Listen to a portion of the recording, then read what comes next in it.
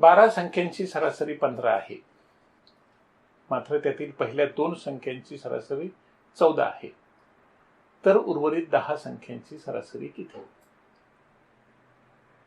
12 संख्या आहेत, त्या 12 संख्यांची बेरीज भागिले 12, तर ही सरासरी किती येते? 15. कुठल्याही अनेक संख्यांची सरासरी म्हणजे काय? त्या सगळ्या संख्यांची बेरीज भागिले त्या संख्यांची संख्या म्हणजे त्या संख्यांची सरासरी.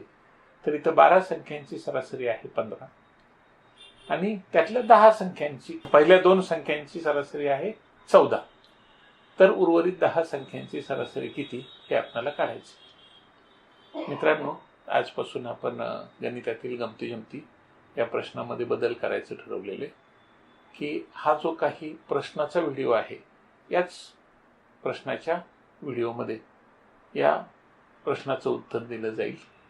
प्रश्न संपल्यानंतर एक 5 सेकंदाचा बीप ऐकू येईल.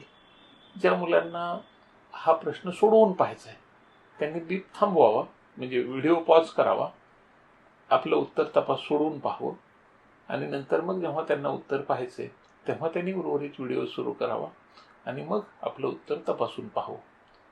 तर हा बदल आपल्याला निश्चित आवडेल. तर आजचा हा प्रश्न 12 संख्यांची सरासरी 15 आहे, मात्र त्यातील पहिल्या 2 संख्यांची सरासरी 14 आहे, तर उर्वरित 10 संख्यांची सरासरी किती?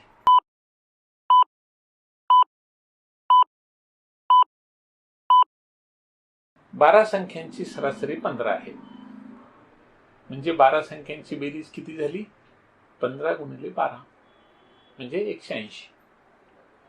आता पहिल्या 2 संख्यांची सरासरी 14 आहे, म्हणजे त्या 2 संख्यांची बेरीज किती झाली? 2 गुणिले 14 बरोबर 28. म्हणून उर्वरित 10 संख्यांची बेरीज किती होईल? 180 वजा 28 म्हणजे 152. 10 संख्यांची बेरीज 152 आहे, म्हणून उर्वरित 10 संख्यांची सरासरी काय होईल? 152 भागिले 10 बरोबर 15.2.